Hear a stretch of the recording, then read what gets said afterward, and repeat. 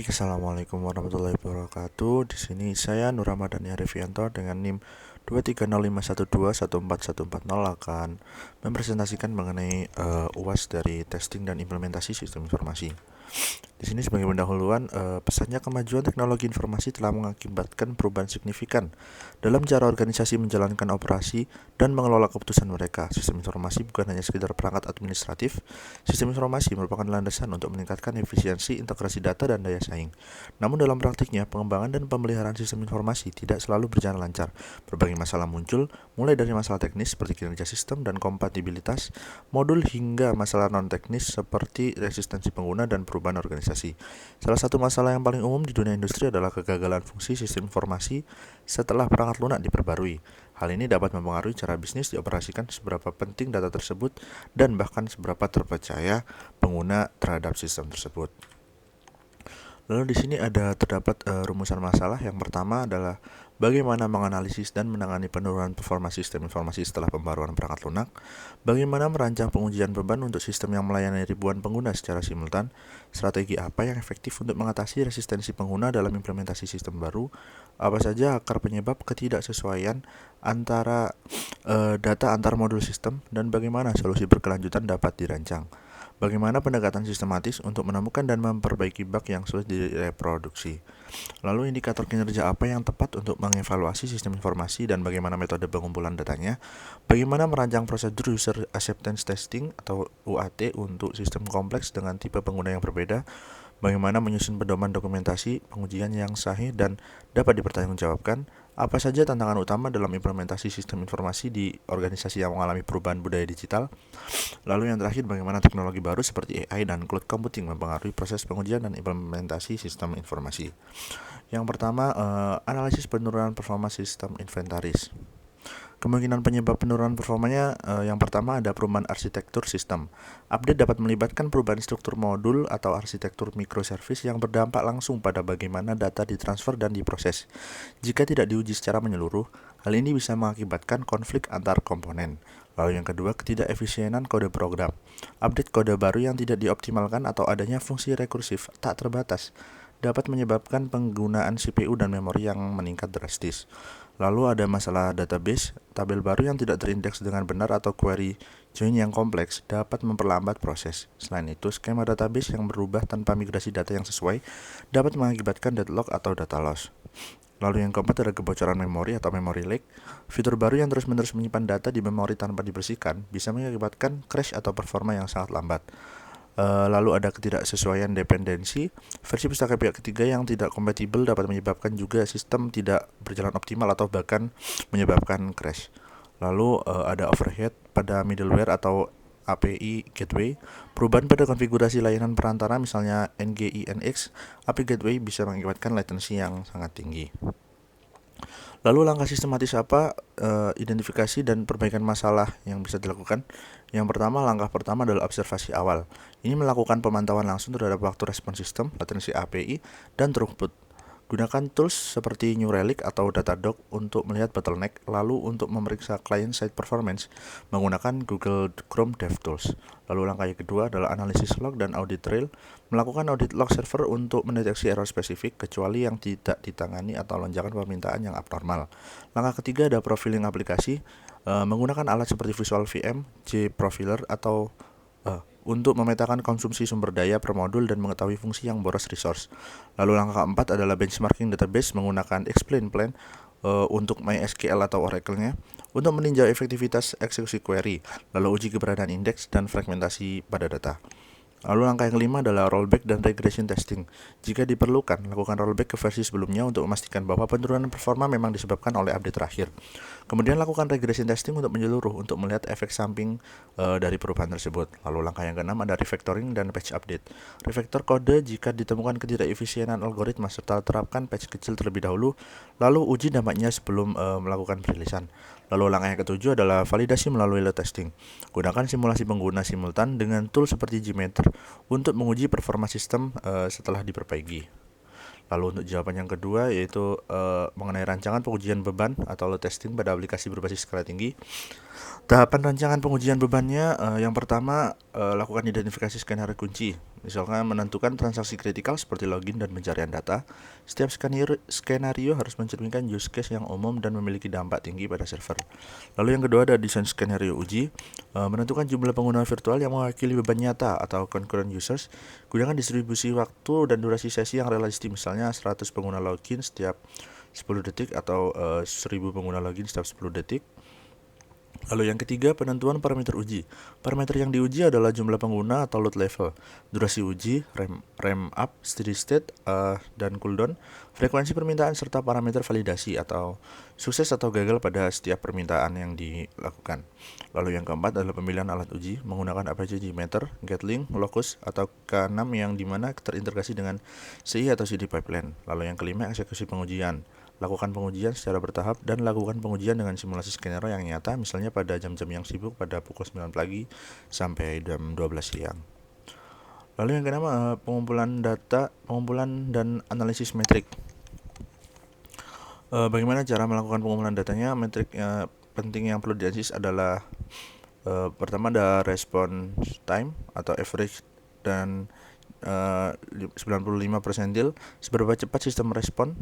Lalu throughput atau jumlah permintaan yang ditangani per satuan waktu, error rate atau presentasi permintaan yang gagal, lalu resource usage atau CPU, RAM, I/O yang digunakan pada server dan database, concurrent user handling, yakni sejauh mana sistem dapat menjaga stabilitas saat pengguna aktif meningkat secara pesat. Lalu yang ketujuh, dokumentasi dan evaluasi. Lakukan perbandingan hasil dengan baseline performa, lalu identifikasi bottleneck berdasarkan metrik yang menyimpang. Catat semua parameter pengujian dan hasilnya secara rinci untuk dianalisis secara berkelanjutan. Lalu untuk jawaban yang ketiga yaitu mengenai strategi mengatasi resistensi pengguna terhadap sistem baru, yakni penyebab resistensinya. Yang pertama ada ketakutan terhadap perubahan terjadi ketika pengguna merasa cemas, kehilangan kontrol, atau takut kehilangan pekerjaannya. Lalu kurangnya pemahaman atau keterampilan karena sistem baru dianggap rumit atau membingungkan. Lalu kurangnya partisipasi dalam proses pengambilan keputusan. Sistem ini dianggap dipaksakan dari atas tanpa mendengarkan pengguna. Lalu yang terakhir ada pengalaman buruk dengan teknologi sebelumnya seperti trauma digital. Ini bisa juga menjadi hambatan yang besar terhadap adopsi sistem yang baru. Lalu bagaimana strategi penanganannya? Yang pertama melakukan pendekatan psikologis, menerapkan model ADKAR yaitu awareness, desire, knowledge, ability, dan reinforcement. Menggunakan empathy mapping untuk memahami kekhawatiran dan motivasi pengguna, serta menunjukkan quick wins dan hasil langsung dari sistem baru. Lalu pendekatan teknis, desain antarmuka yang ramah pengguna atau user friendly, lalu personalisasi sistem berdasarkan peran dan kebiasaan pengguna. Sertakan juga fitur tutorial interaktif dan bantuan yang kontekstual. Lalu ada pendekatan manajerial. Ini membentuk tim untuk change agent, lakukan sosialisasi dan pelatihan berulang. Lalu menerapkan kebijakan reward bagi pengguna aktif dan yang inovatif. Lalu yang terakhir ada pendekatan partisipatif. Libatkan pengguna sejak awal melalui focus group, discussion atau FGD, dan prototyping. Lakukan juga survei sesi feedback terbuka pasca peluncuran sistem. Lalu yang keempat, mengenai penanganan ketidaksesuaian data antar modul dalam sistem manajemen data. Kemungkinan dari akar penyebabnya, yang pertama ada tidak konsistennya format dan definisi data. Modul yang berbeda menggunakan definisi atau struktur data yang tidak seragam. Misalnya satu modul menyimpan tanggal dalam format DD, dan YY, sedangkan data yang lain menggunakan format YY, dan DD. Lalu kurangnya mekanisme validasi dan normalisasi. Data masuk tanpa proses pembersihan atau standarisasi bisa menyebabkan konflik ketika diakses antar modul. Lalu ada sinkronasi waktu yang tidak sinkron. Modul yang menyimpan salinan lokal dari data pusat bisa menjadi usang karena tidak real time. Lalu replikasi data yang redundan. Praktik duplikasi data atau data redundansi tanpa kontrol referensial sering menimbulkan inkonsistensi saat data diubah menjadi satu modul tapi tidak di modul yang lain. Lalu yang terakhir, integrasi API yang lemah. Sistem antar modul yang tergantung pada API namun tidak memiliki fallback jika API gagal dapat menyebabkan modul tertentu mengakses data yang belum mutakhir. Lalu bagaimana prosedur pemecahan masalahnya? Yang pertama, lakukan audit data secara menyeluruh, penetapan data master, penerapan data dictionary terpusat, integrasi middleware data harmonization, penerapan validasi dan logging, dan training pengguna dan pengelola data. Lalu strategi pencegahan jangka panjangnya, yang pertama bisa menerapkan sistem Master Data Management atau MDM lalu melakukan pengujian integrasi antara modulnya secara berkala, lalu membentuk juga tim pemantau kualitas data atau data governance team untuk selalu memantau kualitas dari data. Lalu untuk yang nomor 5 mengenai penanganan bug sulit direproduksi dalam pemeliharaan sistem. Pertama, karakteristik bug sulit direproduksi itu yang pertama muncul secara acak, tidak dapat dipicu secara normal, terjadi hanya pada kombinasi data atau konfigurasi tertentu, seringkali terkait dengan race condition deadlock atau masalah waktu atau timing. Pendekatan sistematis untuk melakukan troubleshootingnya, yang pertama melakukan pengumpulan informasi konteks, kapan bug ini terjadi, lalu tindakan apa pengguna saat itu. Setelah itu ambil tangkapan log aplikasi, error report, dan kondisi sistem saat kejadian. Aktifkan juga logging dan monitoring lanjutan. Gunakan log yang lebih detail atau debug level logging untuk melacak aktivitas dari sistem tersebut. Gunakan juga APM tools seperti Datadog atau Sentry untuk menangkap error di sisi pengguna. Lalu reproduksi lingkungan produksi, ciptakan staging environment yang identik dengan konfigurasi sistem reproduksi, termasuk database, load jaringan, dan versi sistem operasi. Lalu automated randomized testing atau fuzzing, gunakan data acak untuk mencoba menemukan pola input yang memicu bug. Lalu simulasikan konkurensi dan stres, melakukan uji sistem dengan banyak thread atau permintaan simultan. Lalu menggunakan tool seperti Chaos Monkey untuk memaksa skenario yang tak terduga terjadi. Lalu yang terakhir mengimplementasikan error reporting otomatis, mengintegrasikan crash reporting tool seperti Bugsnag atau Rollbar agar setiap error tercatat secara otomatis bersama data lingkungan atau stack trace, OS atau user action. Lalu yang keenam, evaluasi sistem informasi berdasarkan indikator kinerjanya utama atau KPI. Ini adalah 5 Key Performance Indicators atau KPI. Yang pertama ada availability, yaitu ketersediaan sistem. Availability ini adalah indikator untuk mengukur waktu sistem aktif sistem atau uptime. KPI ini penting karena downtime akan menghambat keoperasional dari para pengguna. Lalu selanjutnya ada respon time, yaitu kecepatan respon. Respon time ini adalah indikator yang dimana untuk waktu rata-rata sistem merespon permintaan pengguna. Respon yang lambat ini dapat mengganggu produktivitas dan pengalaman pengguna. Oleh karena itu, indikator ini dipilih. Lalu untuk user satisfaction score atau tingkat kepuasan pengguna, indikator ini diukur melalui survei dengan skala Likert atau NPS atau Net Promoter Score. Ini dipilih karena kepuasan pelanggan menunjukkan adopsi dan bagaimana sistem ini diterima di kalangan pengguna. Lalu ada error rate atau tingkat kesalahan. Error rate ini adalah persentase kesalahan sistem dalam jangka waktu tertentu, di mana kesalahan yang tinggi ini menunjukkan bahwa sistem tidak stabil atau memiliki desain yang sangat buruk. Lalu yang terakhir ada test completion rate. Test completion rate ini adalah presentasi tugas atau proses bisnis yang berhasil diselesaikan tanpa adanya gangguan. KPI ini menghubungkan sistem langsung dengan output dan kerja nyata. Lalu metode pengumpulan data dari KPI ini yang pertama dari availability dan response time ini diukur menggunakan tools monitoring otomatis seperti Pingdom, Uptime Robot atau Nagios. Lalu yang kedua ada user satisfaction, survei elektronik secara berkala pre dan post implementasi. Lalu yang tiga, error rate ini dari analisis dari log error aplikasi atau dari crash report.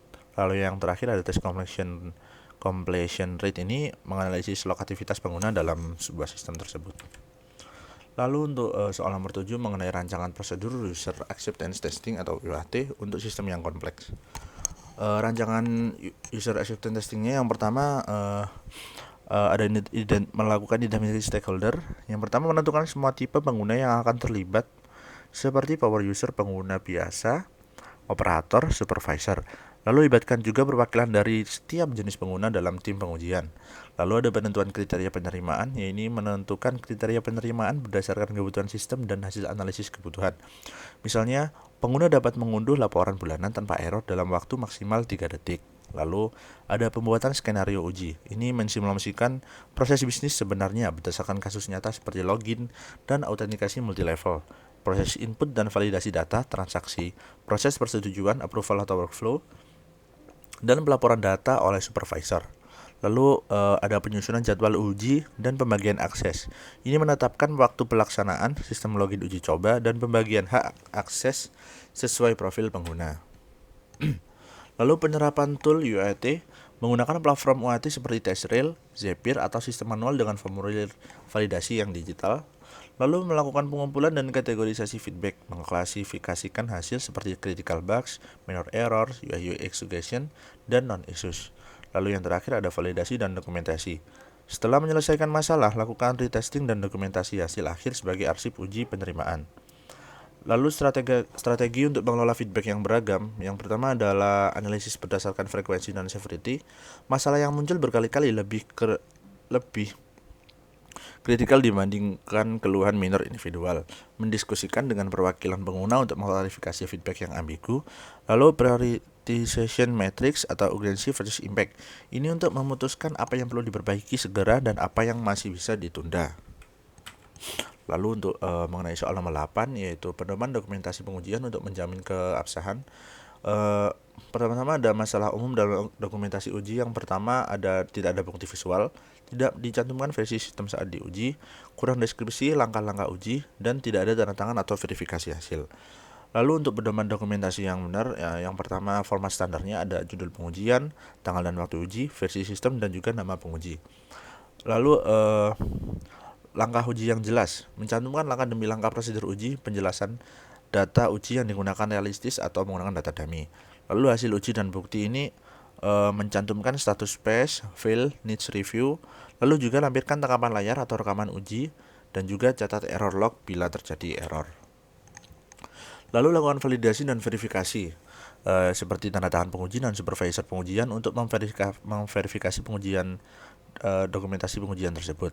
Lalu bisa menggunakan template dan alat bantu. Ini menggunakan template baku dan aplikasi manajemen uji seperti Jira, TestLink, atau Notion bila perlu. Lalu untuk prosedur pelacakan uji ini, yang pertama bisa memberi ID unik pada setiap kasus uji. Lalu juga gunakan sistem numerik dan pengelompokan seperti modul A, fitur B, dan sebagainya untuk mempermudah pelacakan pengujian.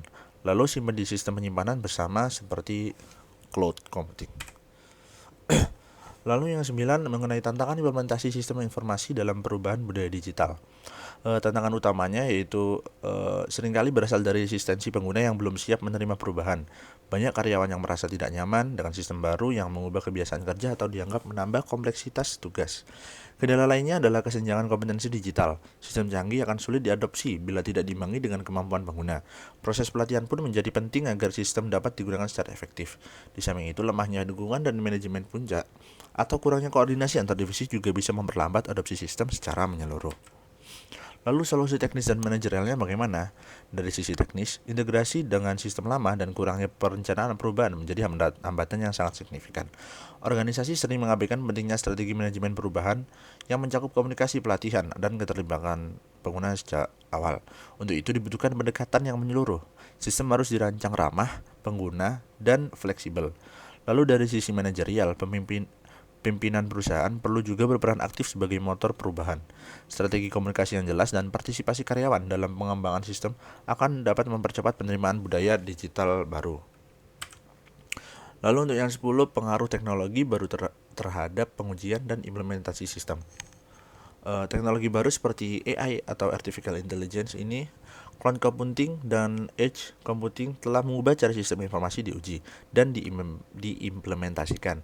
Transformasi ini membawa peluang, tetapi juga tantangan teknis dan organisasi. Kemajuan teknologi besar seperti kecerdasan buatan AI dan komputasi awan telah menyederhanakan proses pengembangan dan penerapan sistem informasi. Sistem berbasis AI misalnya bersifat dinamis dan tidak selalu menghasilkan hasil yang identik, sehingga analisis harus sejalan dengan model berbasis skenario dan probabilistik. AI juga digunakan untuk mengotomatisasikan pembuatan kasus uji, mempercepat penelitian, dan mengurangi penderitaan manusia. Pada tahap implementasi, komputasi cloud atau cloud computing ini memungkinkan penyebaran cepat menggunakan model SaaS atau kontainerisasi seperti Docker. Namun integrasi API, implementasi SLA, dan keamanan data harus ditangani dengan sangat hati-hati. Untuk sistem yang berbasis AI ini, proses pelatihan dan validasi model sangat penting untuk memastikan bahwa hasilnya sudah akurat, tidak memihak, dan dapat diaudit. Tantangan baru juga telah muncul seperti kebutuhan SDM dengan keahlian AI dan developer operation. Risiko kegagalan vendor cloud serta keamanan dan regulasi data. Karena itu, Adopsi teknologi baru perlu diseimbangkan dengan etos organisasi dalam segala hal, baik melalui tanggung jawab teknis, manajerial, maupun dari tata kelola. Lalu kesimpulannya, berdasarkan analisis pengembangan sistem informasi yang efektif itu membutuhkan pendekatan komprehensif, adaptif, dan terintegrasi dengan dinamika organisasi, serta kemajuan teknologi. Setiap masalah, seperti penurunan performa sistem, resistensi pengguna, hingga integrasi teknologi baru, memerlukan penanganan yang metodis dan kontekstual. Penurunan kinerja sistem pasca pembaruan tidak bisa diatasi dengan solusi instan, melainkan perlu menganalisis log, konfigurasi, dan dampak antar modul yang menegaskan pentingnya dokumentasi sebelum implementasi. Pengujian beban dan penerimaan pengguna atau UAT penting juga untuk menjamin kesiapan sistem di lingkungan yang nyata. Sementara, strategi komunikasi yang empatik dan pelatihan dini dapat mengurangi resistensi terhadap perubahan sistem. Masalah ketidaksesuaian data antar modul menuntut standarisasi dan validasi yang konsisten. Sementara itu, teknologi seperti AI dan cloud menawarkan peningkatan efisiensi dan skalabilitas, tetapi juga menimbulkan tantangan baru dalam aspek keamanan, kompetensi SDM, dan kesiapan organisasi secara digital. Terima kasih, saya akhiri. Saya Nur Ramadhani Rivianto. Terima kasih.